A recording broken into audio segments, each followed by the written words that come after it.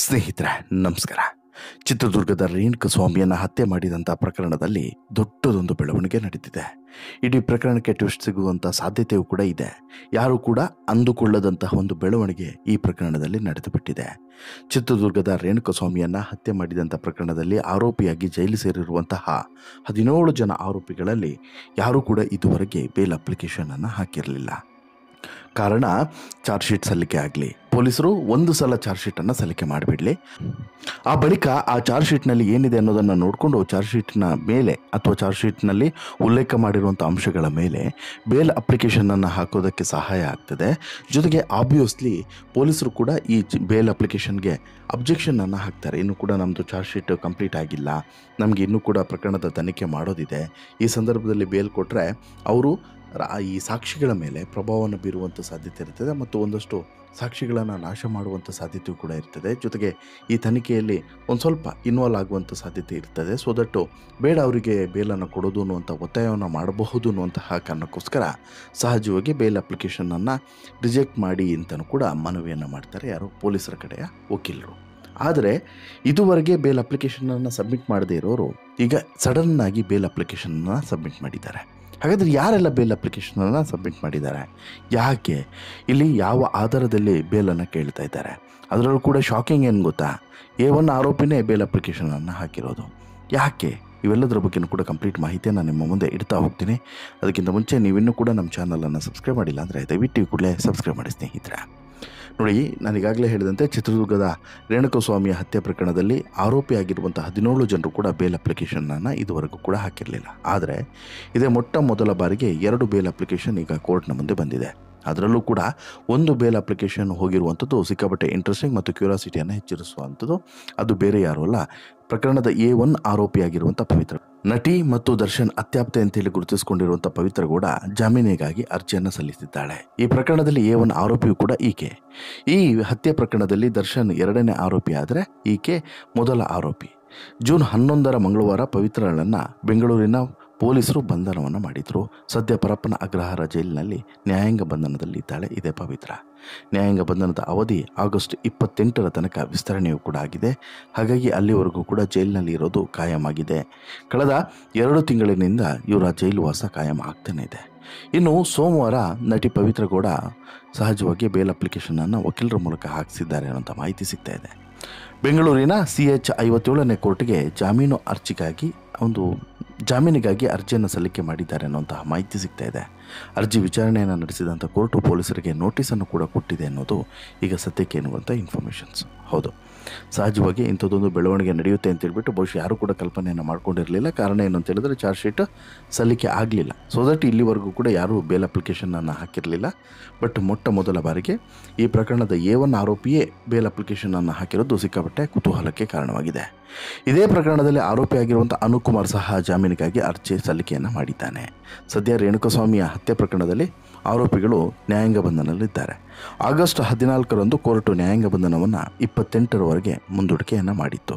So that ಅಲ್ಲಿವರೆಗೂ ಕೂಡ ಇವರು ಜೈಲಿನಲ್ಲೇ ಇರುವಂಥದ್ದು, ಜೈಲಿನಲ್ಲೇ ಕುಳಿಯುವಂಥದ್ದು ಅನಿವಾರ್ಯ ಆಗಿತ್ತು.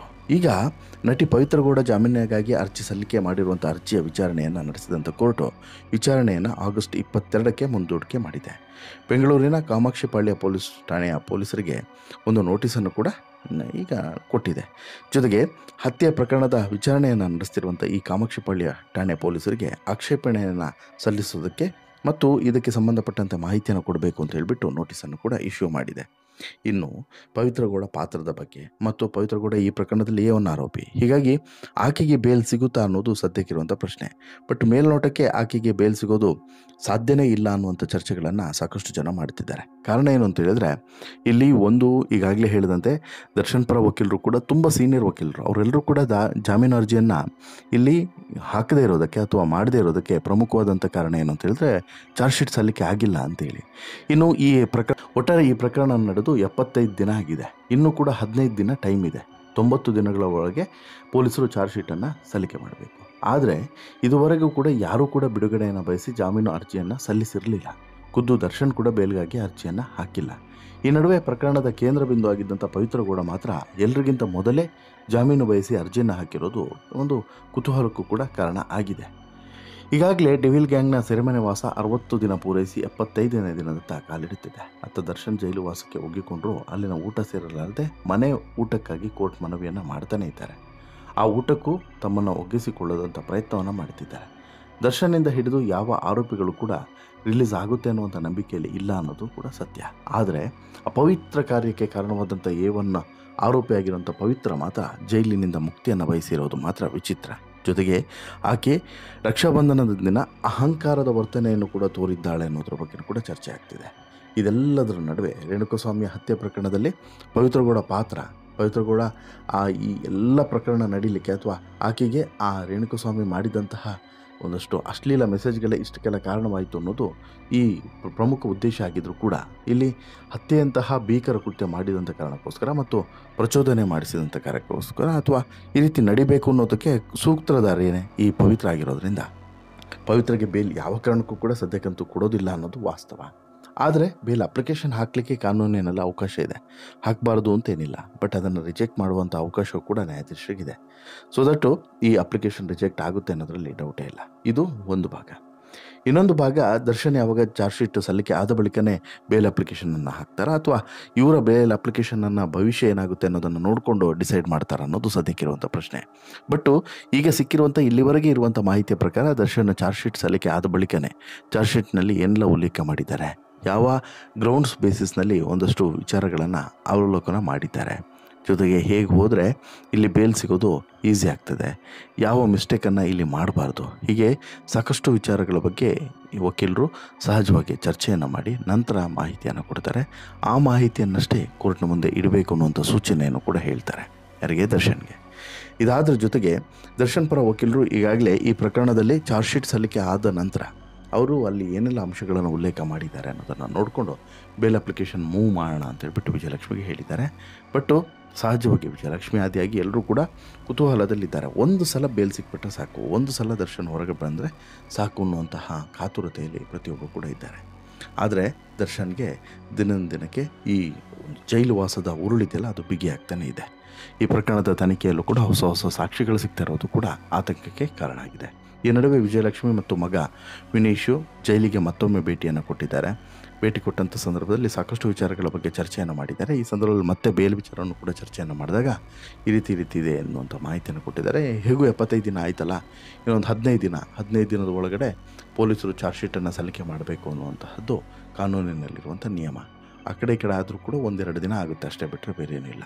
ಈ ನಡುವೆ ಇಲ್ಲಿ ಪೊಲೀಸರಿಗೆ ಈ ವಿಚಾರವನ್ನು ತನಿಖೆ ಮಾಡೋದಕ್ಕೆ ಹಣದ ಕೊರತೆಯು ಕೂಡ ಮೂಡ್ತಿದೆ ಅಂತೆ. ಅಂದರೆ ಆಗ್ತಿಲ್ಲ, ಫೈನಾನ್ಷಿಯಲಿ ತುಂಬ ಕ್ರೈಸಿಸ್ ಆಗ್ತಿದೆ ಅಂತೆ.